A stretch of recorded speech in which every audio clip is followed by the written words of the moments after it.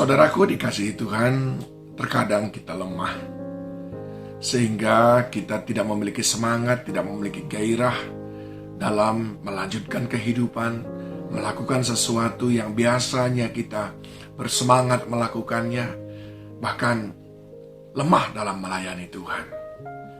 Di dalam kitab Roma 12 ayat 11 dikatakan, "Janganlah hendaknya kerajinanmu kendor, biarlah rohmu menyala-nyala dan layanilah Tuhan."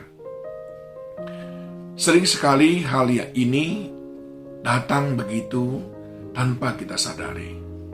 Lalu ketika kita tidak memberikan perhatian atasnya, maka semakin lama kita semakin lemah, semakin lama kita semakin jauh daripada Tuhan. Suatu ketika Yesus sudah bangkit dari antara orang mati, namun murid-murid belum mengetahuinya, belum mengalami perjumpaan dengan dia. Murid-murid pun dalam keadaan lemah. Bahkan mereka takut, mereka bersembunyi, mereka seakan-akan kehilangan pengharapan. Namun di dalam Injil Lukas dikatakan, Lukas 24 ayat 32, ketika mereka berjalan bersama dengan Yesus, ada dua orang murid di jalan Emmaus itu berkata, "Bukankah hati kita berkobar-kobar ketika ia berbicara dengan kita di tengah jalan dan ketika ia menerangkan kitab suci kepada kita?" Tadinya mereka lesu, takut. Tadinya mereka tidak memiliki semangat, mengurung diri. Namun sekarang mereka berkata, "Kini hati kita berkobar-kobar." Dan ayat ini menjelaskan dengan baik apa yang membuat kita bisa keluar dari kelesuan hidup dan kelesuan rohani. Yang pertama, kita bisa belajar di sini adalah perjumpaan dengan Tuhan. Perjumpaan dengan Tuhan itu membuat kita kembali bergairah, berkobar-kobar. Sering sekali kita lemah karena kita mengabaikan waktu-waktu untuk berjumpa dengan Tuhan lewat doa pribadi, memuji dan menyembah Dia. Kalau saudara sedang lemah, mungkin saudara perlu mengevaluasi kembali disiplin-disiplin rohani saudara.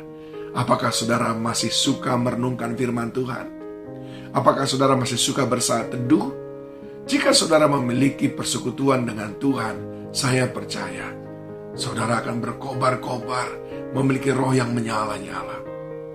Yang kedua, saudaraku, dikatakan di sini,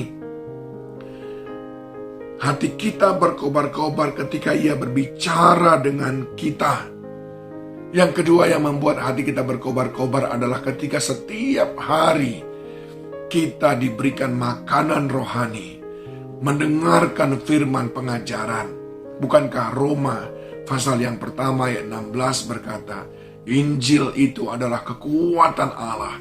Setiap kali kita mendengarkan Injil, mendengarkan firman Tuhan, maka pada saat itu kita menerima kekuatan. Kelemahan sirna ketika kekuatan Allah ada dalam diri kita. Nikmati Injil itu, saudaraku, setiap hari. Sebagaimana kita tidak ingin melewatkan makanan jasmani kita. Kita tahu setiap pagi harus sarapan, jam 12, jam 1 harus sudah makan, begitu juga makan malam. Demikian mestinya kita menjadwalkan firman Tuhan untuk kita konsumsi dalam diri kita. Sebab Yesus berkata, manusia hidup bukan dari roti saja, tapi dari firman Allah yang sanggup membangkitkan kembali semangat saudara. Dan yang ketiga, saudaraku, bukankah hati kita berkobar-kobar ketika Ia berbicara dengan kita di tengah jalan dan ketika Ia menerangkan kitab suci? Yang ketiga adalah berjalan bersama dengan Tuhan. Perjalanan dari Emmaus ke Yerusalem itu kira-kira jaraknya 11 km. Sepanjang 11 km itu Yesus menerangkan tentang firman Tuhan. Sepanjang perjalanan itu mereka menikmati persekutuan dengan Tuhan. Ini yang membuat mereka berkobar-kobar, saudaraku. Berjalan bersama dengan Tuhan. Menikmati segala sesuatu bersama dengan Tuhan. Melewati lembah bersama dengan Tuhan. Mendaki bukit yang terjal bersama dengan Tuhan. Melewati hari-hari yang duka bersama dengan Tuhan. Menikmati hari yang sukacita bersama dengan Tuhan. Mengapa? Sebab Dia yang pegang kendali. Ketika kita melewati jalan yang licin, Dia pegang tangan kita, saudaraku. Dan kita tidak perlu khawatir jatuh terjerembab. Bahkan sekalipun ketika engkau jatuh, tangannya yang kuat akan menopang engkau. Saat engkau berjalan dengan Tuhan, tiada kekhawatiran. Dan itu membuat engkau terus berkobar-kobar. Sebab saat engkau berjalan bersama dengan Tuhan, engkau akan menyaksikan manifestasi kuasanya dalam kehidupanmu. Ayo bangkit. Ayo berkobar-kobar kembali. Mari tata kehidupanmu. Sebab engkau adalah umat pemenang. Tuhan Yesus memberkati.